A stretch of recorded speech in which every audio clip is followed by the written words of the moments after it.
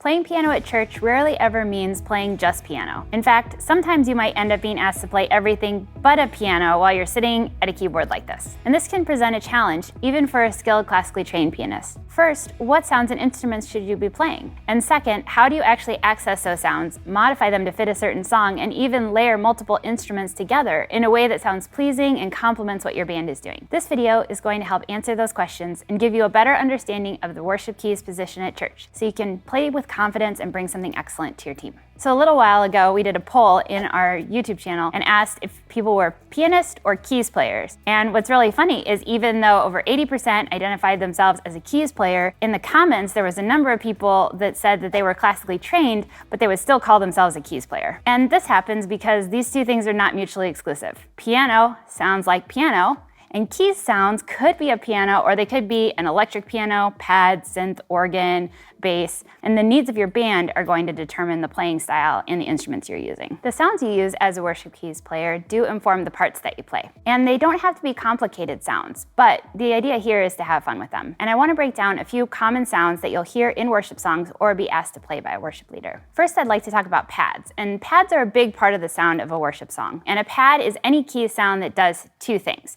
One, it sustains the sound as long as the note is held, and two, it's designed to layer in smoothly with the other keys parts as well as the members of the band. And there are lots of different types of pads as well. Some sound warm and some sound bright, and I'm going to show you what a couple different pads sound like. So first, here's an example of a warm pad.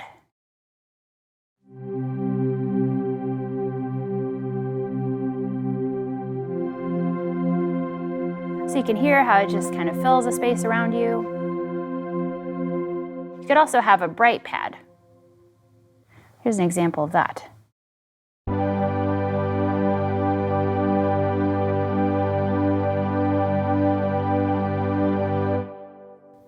And there are other types of pads that have movement built into the sound itself.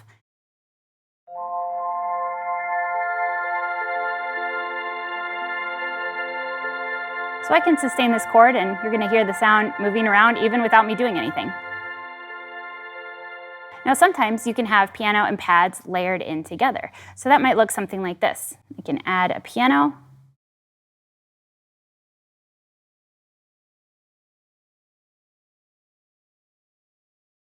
And I can add any of the pads that I like. I'll go ahead and put in a warm pad, like gentle pad.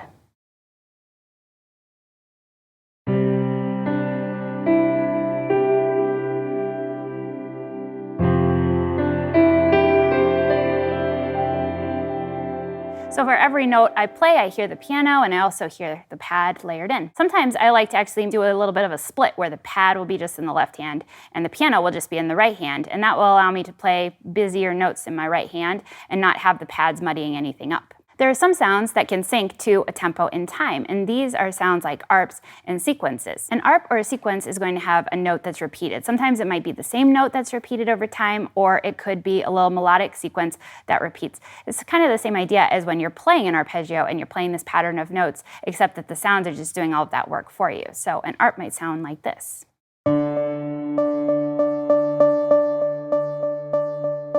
So even by holding down one note, you can hear it filling all of the space and creating some melody that I can play along with. You can also do other fun things like layering in bells or electric piano alongside as a lead sound, and it adds some ambience to the notes. So that might be something like a heart chaser patch.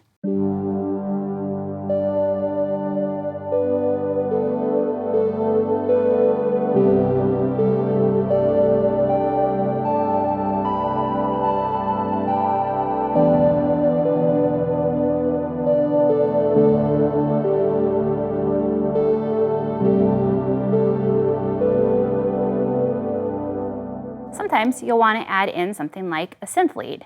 And a synth could be a few different types of sounds. It could be a pad, it could be a lead, it could sometimes even be a bass. And you can hear that you still have the piano and pad in there, so it's just layering on top and kind of sticking out above everything else. You could also have a bass that comes from a synth, and you could even have an arp with that too.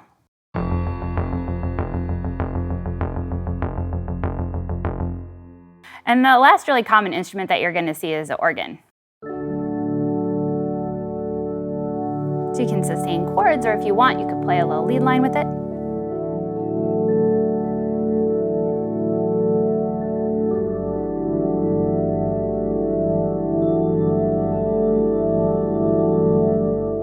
As you're figuring out the notes that you want to play for your songs, after you're considering the different sounds that you might use, it's really helpful to listen to the song. And a lot of times I will do this listening part even in the car, just getting a feel for the pulse of the song, thinking about, is it in 4 or is it in 6/8? Are there chords being held? Are there chords moving forward and sustaining? Where is the song building? Where is it coming down? Are there any keys part that jump out at you? Some of the time I like to hear, is there a really tricky keys part that I'm going to need to work out and it's going to take extra time for me so that I can kind of plan that in. So listening through to the song for a while is really, really helpful. Another thing that's helpful in hearing the parts that are going on and the songs is to listen to isolated keys parts in the tracks. A great resource for this is our friends at Loop Community, and they have tracks available where you can actually listen to all of the different instruments that are in the song. You can isolate them, so I can just hear the piano part, I can just hear the organ part. And that can really help you to be able to then listen to the original recording and hear those parts in the song, and also to hear what is the guitar doing, what are the drums doing, and all these different things that are going on all at one time. It's also great to listen for riffs and leads. A riff is typically repetitive, and the lead line is going to be more of a melodic line that's a little bit less repetitive. So it's great to listen for where you hear those melodic lines that really stick out in the recording and figure out if you might want to add on to that, or if you want to do more of ambient pads and swells that will kind of be present during the song and not do as many of those riff and lead type parts. And it's really great to work with the other musicians on your team to achieve a really cool collaborative result and really work together. When there's no present keys parts that you can hear, you can also look for inspiration from YouTube videos, from piano instrumentals, or from other covers of the song that can give you some new creative ideas. Now, you might also hear a very present type of instrument you've never played before. Maybe you've never played the organ, and there's organ all over the song that you have to play. This is also a great opportunity to look at tutorials to learn about new playing styles before you figure out how you might accomplish it in your own songs. So now I'm going to show you how you might play a song like Firm Foundation. So first, you could play the whole song with piano and pads, having the piano play some of the lead sounds, and you could play this with most piano and pad combinations and it would work. So I'm going to show you how that might sound.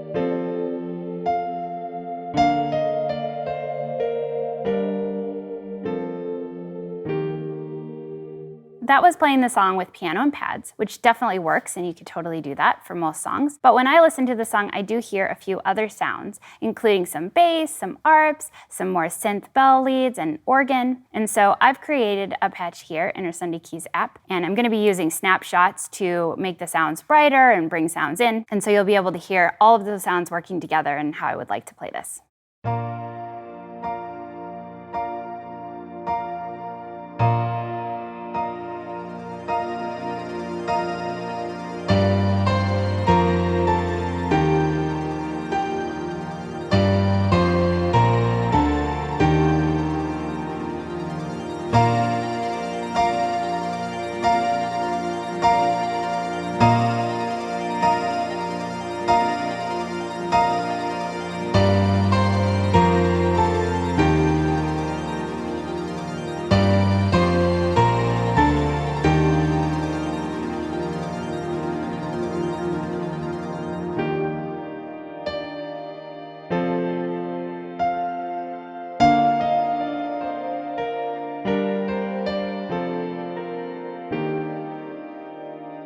Well, that's it for this video. It's great to be able to play songs with piano and pads, but it's a ton of fun to start incorporating other sounds that can fill more space as you go.